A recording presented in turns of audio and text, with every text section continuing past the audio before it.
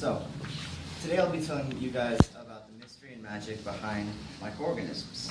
These guys play a major role in the fight against what is, of course, the biggest threat to marine life globally, that is pollution. The way the bacteria helps break down pollution, of course, is by breaking down the pollutants, any contaminants that find their way into the water, into non-volatile forms, turning anything that could be harmful to fish, to wildlife, to anything, and basically using our waste as their fuel.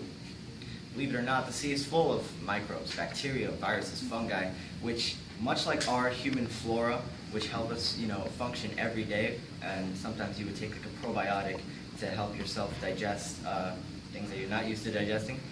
We sometimes insert microbes into the ocean to help get rid of contaminants and make it a cleaner and healthier place. Now, how did we create this problem to begin with? Well, humans as a species, according to the World Wildlife Fund, 80% of the marine pollution that you see today comes from us, comes from land-based activities, which is not a big thing to imagine. However, the National Ocean and Atmospheric Association also stated that the biggest source of this pollution is called non-source pollution. Non-source pollution is the whole of tiny forms of pollution that we make in every day, from our cars to boats, from septic tanks to irrigated farms and fertilized farms. All these form ways of runoff that really are the biggest impact on the ocean. And now, of course, regardless, the biggest and most popular form of contamination that you think of when you think about the ocean is oil spills. However, oil spills only compose 12% of the oil that actually makes its way to the ocean every year. More than 36% of it actually comes from drains and rivers that spew out pollutants from our cities. As you can see here, this is Florida after Hurricane Irene back in 2002. Yeah, and that shows just how much pollutants can get out through runoff when a massive torrential event like a hurricane strikes. Of course, the biggest example that everyone thinks of when they think of oil spills is the BP oil spill of 2010. And as I said before, only 12% of the oil that actually makes it to the ocean comes from these kinds of events. Now, in light of these issues, we have to consider now our hero in the story, Alcanivirax borcumensis. He's a little 200 nanometer long microbe, and he's really the hero in the whole story of cleaning up the Gulf of Mexico after the oil spill.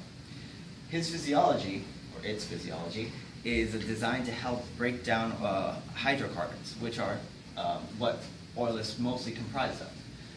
They have, sorry to throw some terminology here, these things called biosurfactants, which basically are things that help split apart the oil and make it easier for each microbe to digest.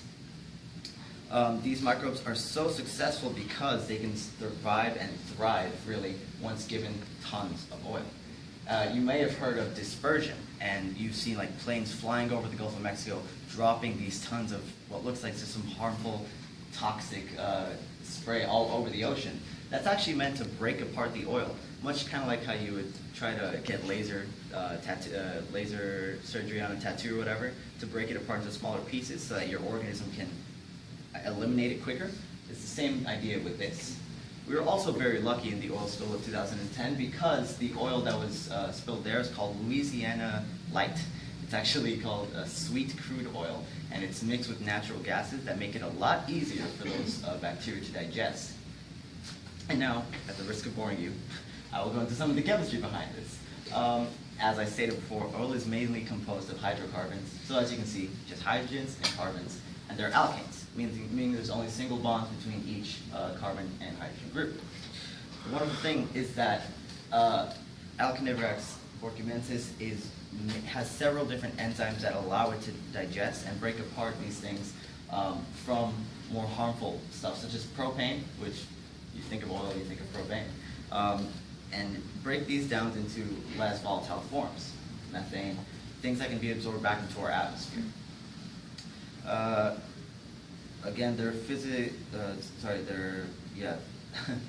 They're facilitated, the consumption of hydrocarbons because of the enzymes that they have. They have a broad spectrum of them, and that allows them to actually survive on both natural gases and the oil that was spilled into the ocean.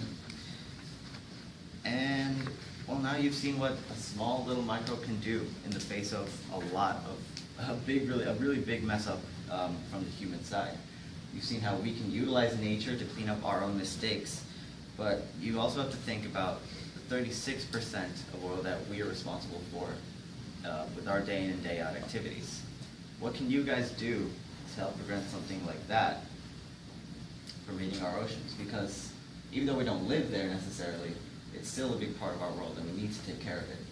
So the next time that you're out, parking your car, you see a storm coming, think about the ways that you can help prevent that 36% of massive oil to reach out and contaminate our oceans, because we won't see change until it happens within us.